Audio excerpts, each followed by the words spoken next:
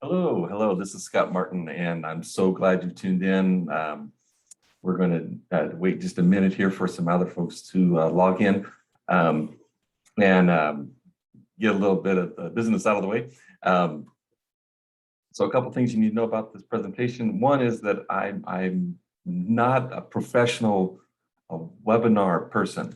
I'm going to do the best I can, but this is not what I do my whole life. I do mostly one-on-one with people, and so this is going to be a little uncomfortable for me, but hopefully it will be helpful to you, and that's the ultimate goal. So we're going to get underway here and hope this is super helpful. But I just want to thank you so much for clicking into this. I think it's really helpful information, and I hope you find it to be very helpful. My passion is to share good information with people who can use it to improve their life experience. I hate to see people stressed out on things that don't have to be super stressful, and worried about things they don't need to worry about. And so this is my small attempt at giving you what I hope will be very beneficial information, and let you do with it what you think is best. So again, thanks for tuning in. Let me go ahead and see if I can share my screen here. Again, not an expert, so we'll see what I can do.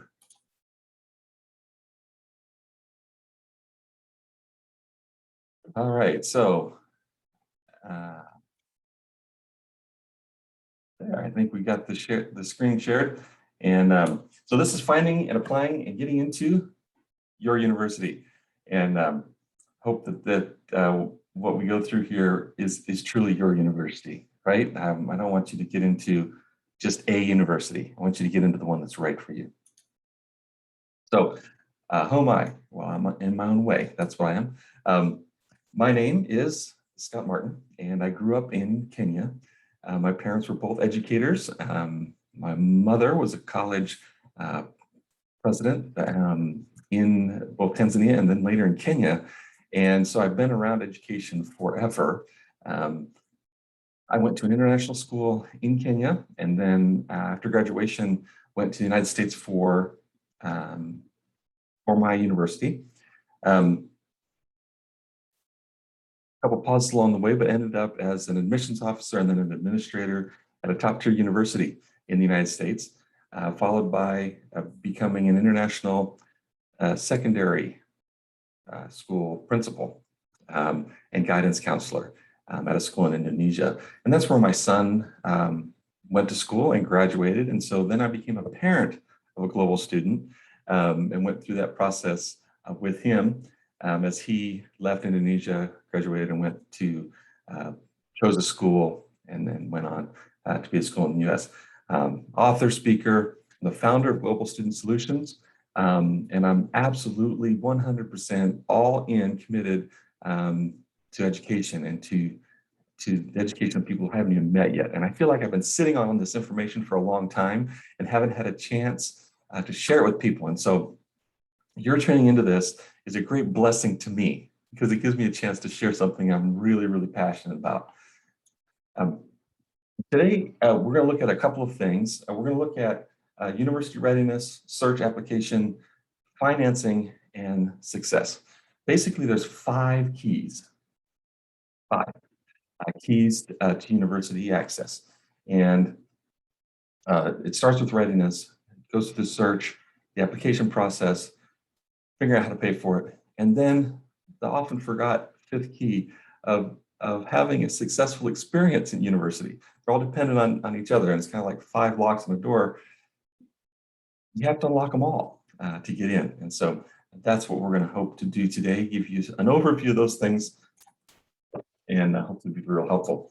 Just a little bit about Global Student Solutions. I told you about myself. GSS, our philosophy is to use all of our knowledge, all of our experience, and our strengths to improve the experience of global students in higher education. And so we work with colleges, with high schools, with students, with families, basically anyone who will have us help them improve the experience that global students have. I just think been a global student, raising a global student, being around my whole life. Just want to see that experience be the best it possibly can be. So that's where our motivation lies. I want you to keep in mind something here along the way. I don't believe families and students are making bad decisions. Okay, I don't think that's what's happening. When a student's having a bad experience, I don't think it's a bad decision so much as in an effort to try to make the best of incomplete and confusing information. I think the college application process, university application, I'm using college and university, I'm going to use them synonymously. I think that the terminology around it is so outside of everyday language that it just, even if English is your first language, it becomes so confusing. I had a family one time I was helping. The mother worked at the college they wanted their child to attend, and she couldn't figure out the application process. She was calling for help to apply to the school she worked at. It's that confusing. And so we're glad to provide some insight along the way, and don't think that we think ill of you. We don't think badly of parents or students. We just want to get you the best information we can. What everyone who goes through this process experiences information overload. And you can see, I love this graphic because it all says information, the information age. But what the information age has done is created so much information that we don't know where to find what we need, and we don't know what to do with it. There's just too much of it. Absolutely, everything you need for the university to apply to college, to find the right college, everything you need is available to you. The problem is sometimes you need a translator to help figure out what things mean. And so that's where we come in and try to help on the consulting side or on the coaching side. For today's purpose, I'm hoping to clear up some things that you can take with you and equip you right off the bat. So participant expectations, and again, I stepped in my own way here. Expectations it's fair for you to have, and what we're hoping to deliver to you, what I'm hoping to deliver to you. I want you, because you've seen this, to be able to save a lot of time. I think time is really valuable, and you have a number that you would even associate with your time. You say, if it's an hour of my time, it's worth this amount of money. And I do that. But I think time is valuable, and how we use our time, whether we spend it with our family or with our spouse or with a student or with a child or with a friend, how we spend our time really leads to life satisfaction. And spending hundreds and hundreds and hundreds and hundreds of hours on the college selection application and admissions process, it's painful to me. I hate to see students spending that much time. And so if I can help you save some time, then that's a win for me. I also want to reduce stress. I've seen people just agonizing over this process. And I've seen parents having to nag their kids to get things in, and students having to nag their parents to finish some forms. And it just becomes stressful, and everyone's anxious. And again, that's painful. I want to see families strong and happy and healthy. And I think if we can reduce the stress, and I hope we'll be able to do that. We'll give you some information today that will allow you to breathe. And that's really one of our goals today. And ultimately, we want you to make better choices. We want you, based on the information you have today, we want you to go out and feel equipped and empowered to make good choices. Again, as I mentioned, there are 5 keys to university access, and we talked about what those 5 are. And this is going to be getting into a little bit more in depth what those 4 things are. Okay, so we here at GSS talk about the 6 pillars to build your education, and those 6 pillars, if you think of it like a foundation that you're going to build your education on and your higher education on, the 6 pillars need to be strong and balanced in order for you to have a strong and balanced education on top.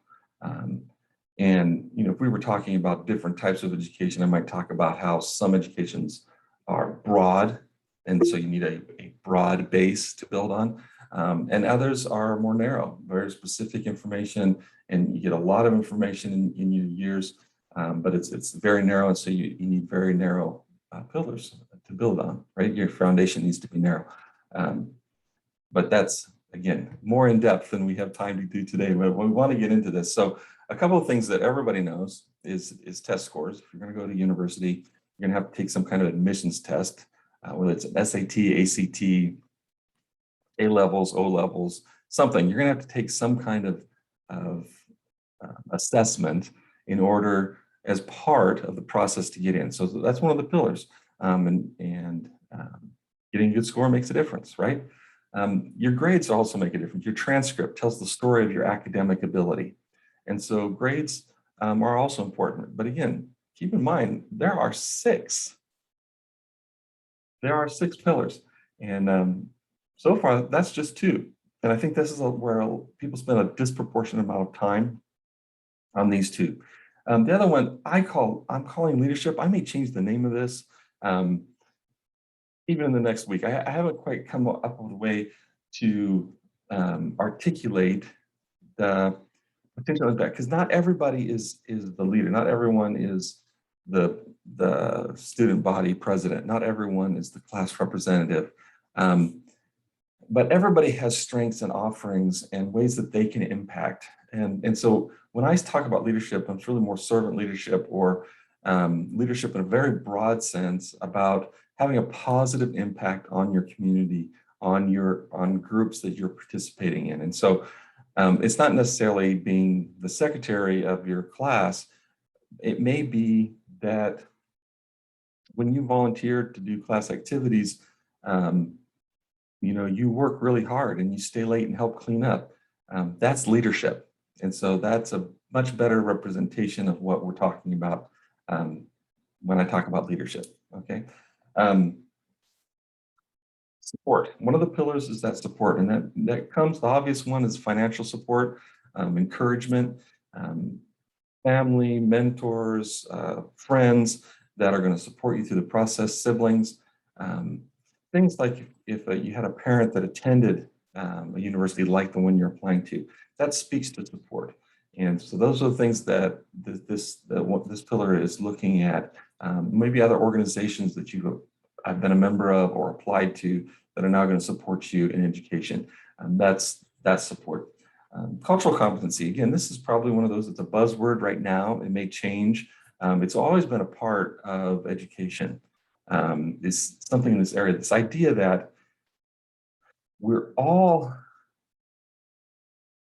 universities are trying to train up people who are good people. And we recognize, and employers recognize, businesses recognize, university recognizes, society recognizes that the better you are at getting along with people that are not like you.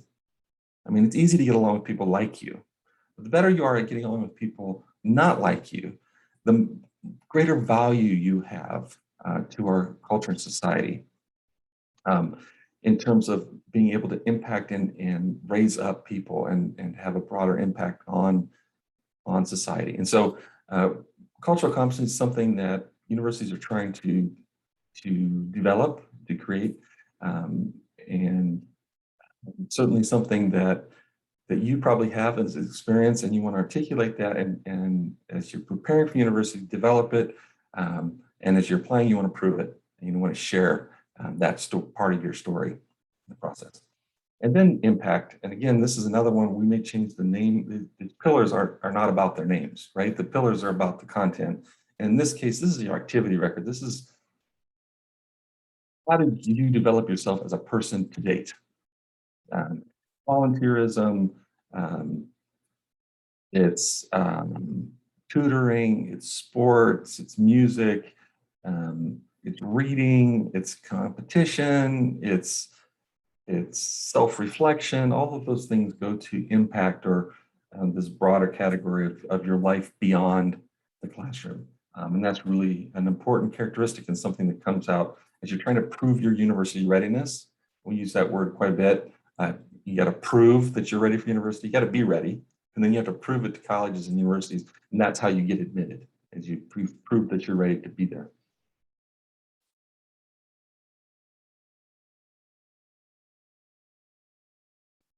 Okay, so finding the right university for you, this university search project process or university selection process.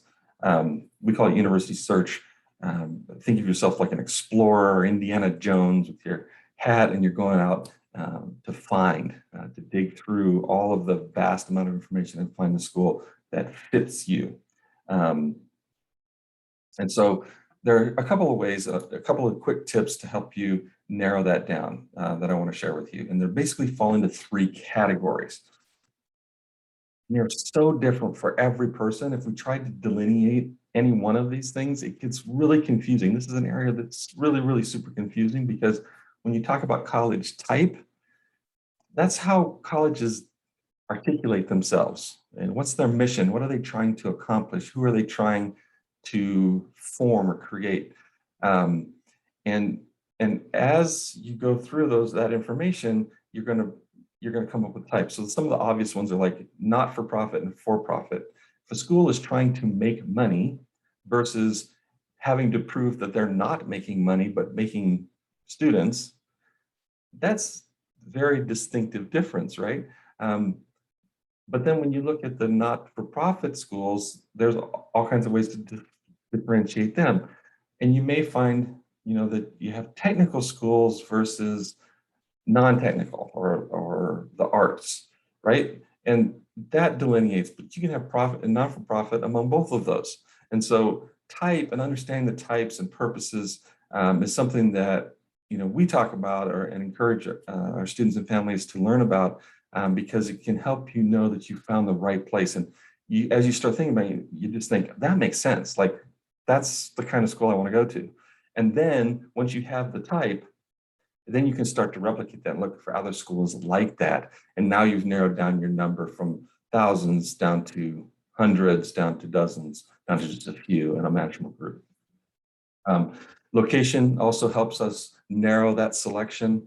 And it's not just country, but it could be, and for some people, this one's not super important. But there's a lot of ways to think about locations and near somebody that's part of my support network. Is it in the city? When I'm looking at professional opportunities, if I want to study nursing and then get a nursing job immediately following, maybe I don't want to be at a rural school. Maybe I want a school that has internship possibilities and where I can get practicum in nursing right from campus. Whereas if I know that I'm easily distracted, maybe I do want a more rural campus because I don't want the distractions of crazy life of a city around me. And so there's a lot of things to consider there. And then program. It kills me how many times I've been advising a student, talking to a family of a student who's at a university that doesn't have their program, right? They never did. Like the student knew exactly what they wanted to study. And that school never offered it, never was going to offer it. And so the students really discontent at the university choice simply because they didn't ask the question, does this school have a program for me? And so, again, this broad categories. This next piece is the application process. And this is, again, there's so much, like we could do hours and hours and hours on application. But as we worked on this, and I thought about this a lot, I said, let's just develop a tool that everybody can use that will just simplify this for everyone. And so that's what we've done. And I'm not going to go into huge in depth on this, but because you're watching this video, I'm going to give you this for free. I'm just going to send you this. At the end, you're going to click a link and you're going to get the Ultimate University Admissions Checklist. We call it the TUAC. And this is we've looked at tons and tons of tools. We've talked to all of our students that have gone through this process, and basically you need a document. You need some place where you can document your progress. You need a checklist. And so what we've created here, and if you kind of see my little cursor thing, these little dots are checks. You can mark them off as you complete them. You're going to use one of these for every school you apply to, right? And you're probably going to apply to 5-6 schools. Most people do. You may apply to a few more depending on what your specific needs and interests are. But you're going to have a reach school, a couple schools that fit your profile, and a school that you're really sure you're going to get into. And that's your safety school, and you're going to have that. But for each school, you put the name of the school, you put your contact person here, and you put your contact person for the finance side of things if you're applying for aid here. And then you're going to have a spot here to put down your important deadlines. It's going to be easy checklist. So this is going to be something that's going to be on the inside of the folder for that school and all the documents that you put together for that school. And this is something that you're going to be able to refer to very easily. Mom can look at it, dad can look at it, your guidance counselor can look at it, your friends can look at it and just say, oh, you've got a deadline coming up. It's right here, right? You'll be able to check it real super fast. You're going to have your checklist of the things that you're going to need to do for that school. Sometimes some of these won't apply. You'll just scratch them out, right? But many of these will apply. One of the things, and this is a freebie for stressing out, right? This is your checklist for applying, right? This list is actually stuff that your school is probably going to send in for you, okay? This stuff has to do with the essay, and not all schools require an essay anymore, right? If your school requires an essay, this is information you need to work on for that. And you're going to do this school specific because some schools are going to ask you their own question, right?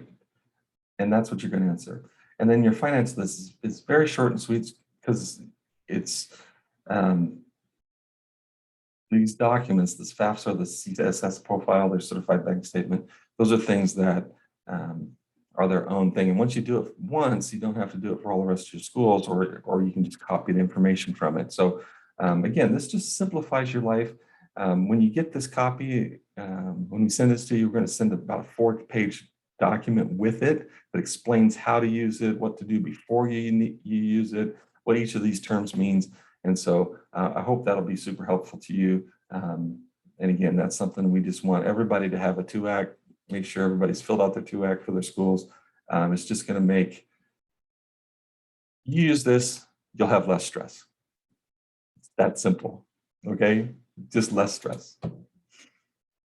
All right. The big takeaway on money, the big overarching thing is you can't know how much it's going to cost until after you apply. This is specifically for American schools. American school, the way that schools are set up, you can't really know how much it's going to cost until after you apply, get admitted, and start piecing it together. So if you're concerned about the money, I just want to encourage you to relax a little bit in the process. And if you get an application and you're just like, why are you applying to that school? It's so expensive. Some of the schools that have the biggest sticker price also have the largest package of financial aid. And here's the example I'm going to give. When my son applied, he applied to 5 schools. And really narrowed it down to 3 schools. One school was $23,000 a year. One school was $36,000 a year, and another school was $54,000 a year. Okay, and that was tuition. Okay, they both had room and board. Those were pretty similar across the different schools, but the meal plan and the lodging plan were pretty similar across the schools. That tuition number was pretty. I mean, it varied almost $30,000. Once he'd applied, been admitted, started getting his scholarship offers, in the end, the difference between all 3 of those schools was less than $2,000. Right, the difference, right? It started out $30,000 different and came down to less than $2,000 difference. So in the end, his choice of school wasn't financial. That $2,000 a year didn't make the difference, right? The school that didn't charge as much didn't offer as much aid. The school that charged a lot more offered a lot more in terms of scholarship. He was eligible for more in that school. And so that's my encouragement there in terms of the money. There are basically 4 sources, 4 categories where you're going to fund your school. One is the obvious one is your family or your personal funds. So this is money that you've saved for school. This is money that will come out of the paycheck every month, part of your budget, and also may include some personal loans. And so this is where you're going to go to the bank and say, I'm a little short, I need to borrow a little bit of money, and I'll pay it. We'll pay it back as a family. Their schooling. The other big source of funding is the university itself.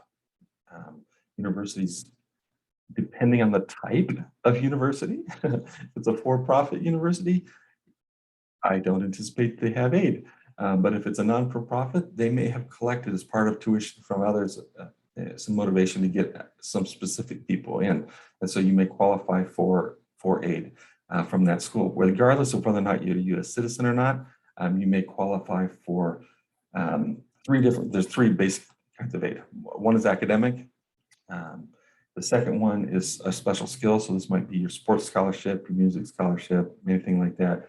And then need-based. And so those are basically the three areas that you're going to get aid from a school or funds from a school. Grants and scholarships. Grants and scholarships are things that you don't pay back, right? A grant is something that you just get. And you may get that from a government, you may get it from a company, may get it from an organization, but it's just a block of funds. Scholarship is the same thing, all right? It's basically money that they're going to say, as long as you maintain a certain GPA, every semester we'll give you $500, $1,000, whatever. And so these require a separate application, right? These are something that you're going to get from outside organizations, and that's a separate application. So just be aware of that if this is something that you're going to pursue, that's a separate to our other process. Okay.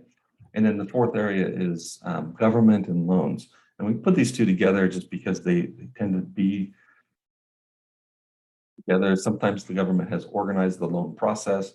In other cases, the government actually provides some grants or some scholarships. But that's definitely one you want to find out. I was working with a student just a couple of years ago that with this stock was about $10,000 short.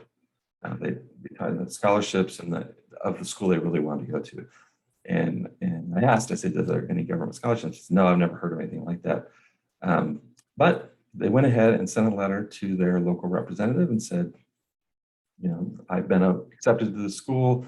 I've received this amount of money in scholarship. My parents have committed this amount of money. I'm X dollars short. I'm about $10,000 short of this goal. And they got a letter back saying, congratulations.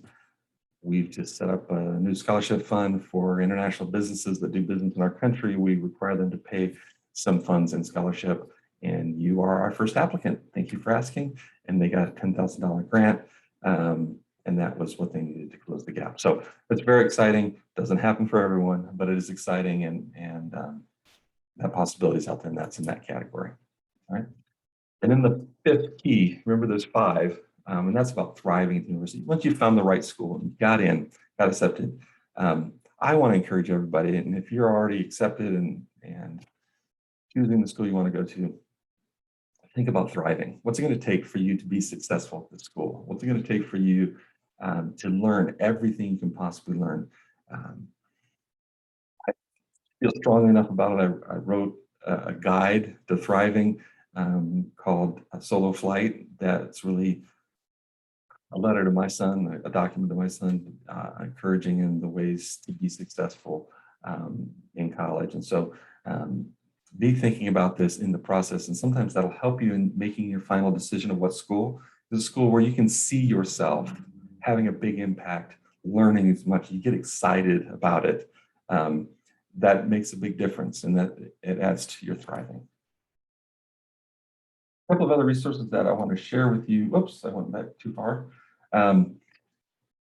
This one up here that you can't read, sorry about that, is this College Board. And this is a free resource. There's a ton of different ways that you can search schools, but if you're in searching, go to student search at collegeboard.org. This is the most thorough vetting of schools and gives you the really it's the best information and it's free. Strongly encourage that. There are tons and tons of resources. If you have a guy or somebody that can kind of work through it, or somebody share some information with you, keep your ears open in this process to the tools that people are using online. There's some wonderful ones. You have a couple of resources available to you. When you choose a school that you're applying to or that you're interested in, they have someone who's your admissions counselor. And their job is to share information about their school with you and help you apply. Okay, so use that resource. When you have questions, ask them. I don't understand this. I don't understand whatever it is. I need more information about your program and how it works. And it's their job. They get paid. Somebody else is already paying them to get you this information. And it can also give you a real good insight into the character of the school. That admissions counselor can be helpful. And then your secondary school may have someone that's also there to help you in this process. And so maybe a guidance counselor or the registrar or somebody. And you're definitely going to have somebody there that's going to get your documents. But they also may be a much richer resource for you. They may know of students who've gotten good scholarships or students who were admitted into schools, and can kind of give you some tips on ways that schools from your specific school got into programs that maybe you're interested in. And then a college access coach, or that's what we call ourselves. That's what I call myself, as a college access coach. These also might be called college admissions counselors, university access counselors, or advisors. These are not free typically. These are something you're going to pay, but this is a really good investment. Okay, the range can be huge. I have colleagues that you know, the total outlay for a family might be $800 for the whole process, and other colleagues where, you know, $10,000, $15,000. And you think, oh my goodness, that's a lot of money. But you're thinking about over the next 4 years. Think about the amount of money that you, in combination maybe with other funding sources, are going to combine, and you're looking at over $100,000. In some cases, much more than $100,000 is going to be outlaid in your education. So investing up front to make sure that you're spending that money, that bigger money later, is really wise. The other thing is, you know, at least for my clients, I often can point them in directions of schools that fit what they're looking for, that do offer some financial aid. And so, you know, most of my students get between $10,000 and $15,000 in aid they didn't expect in the process. And so once we worked together, we found, and that's per year. And so even if they paid me $15,000, which I've never charged, they would make that back the first year in that scholarship, and then beyond that would free money. And so it's a really good investment to have an expert that's advising you, somebody who's only interested in your success, right? Doesn't have anything vested, is not looking at anything except listening to you and helping you through this process. And so I encourage you to look at those folks, shop around. Some great resources online for, again, college admissions advisors. If you're looking at the US as your category, there may be somebody local where you live. You'd like to be able to meet one-on-one in person, maybe somebody who has a program. You know, there are big agencies that do this. Make sure that they're comfortable working with, if you're an international student, make sure they're comfortable working with you, or working overseas. But these can be really valuable resources. That's why we do it, to help people, and that's, you know, that's where they're interested in. Like me, these coaches typically get some kind of certification. They visit campuses. I've visited well over 100 college campuses, and so have a really good understanding of campuses, what it's like. If you're not going to be able to visit a campus, having somebody who's been there, been to a school like it, can be really helpful. And so, again, just want to encourage that to take some stress off, and give you some accountability in this process. It does make it easier. This is where, under normal circumstances, I would include a Q&A. But because we've got folks coming in from all over the world, we're not able to do a Q&A tonight, but we're going to have you an opportunity at the end of this to send in your questions that you might have, or if there's some category of information that you think would be helpful, please send that information in the Q&A section after this video, and we'll have somebody get back to you as soon as we can, as best we can.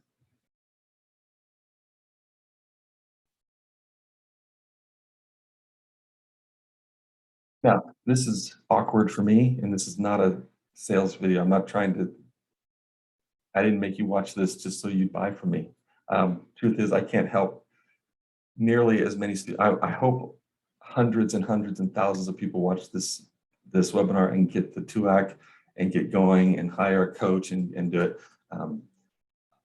I can't possibly serve that many people. We can at Global Student Solutions.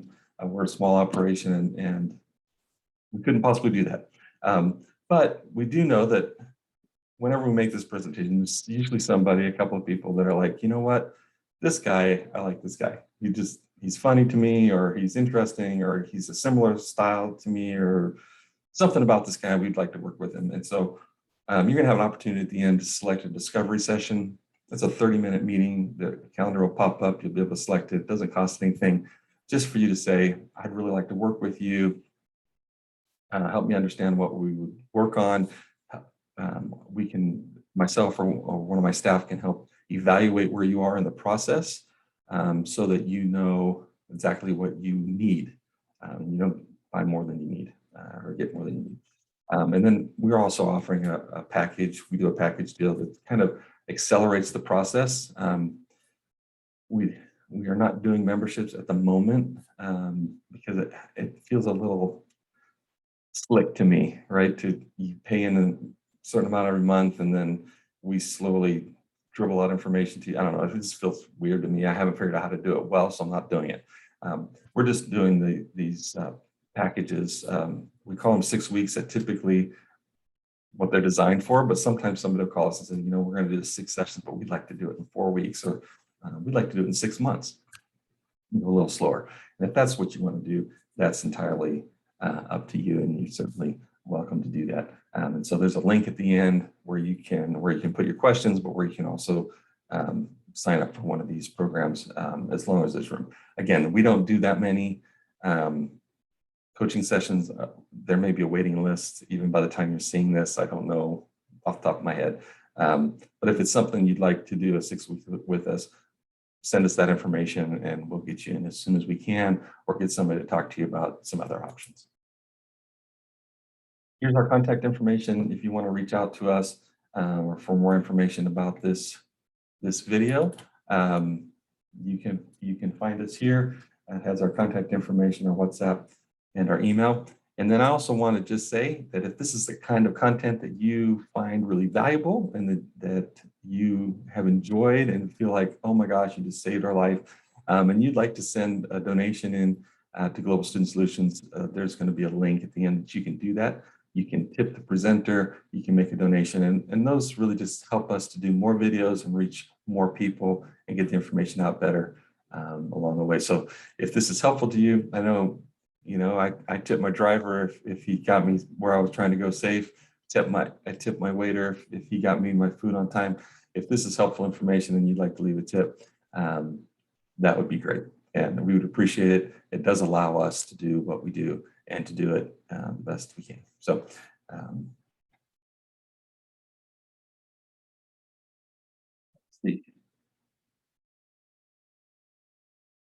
that's it for the content. Thank you so much for watching. I'm so grateful. Let me stop sharing here. I can do this. Oh, maybe I can't. Maybe you're just going to get share.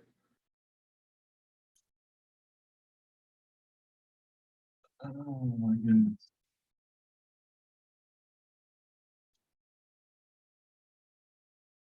Oh, I don't know.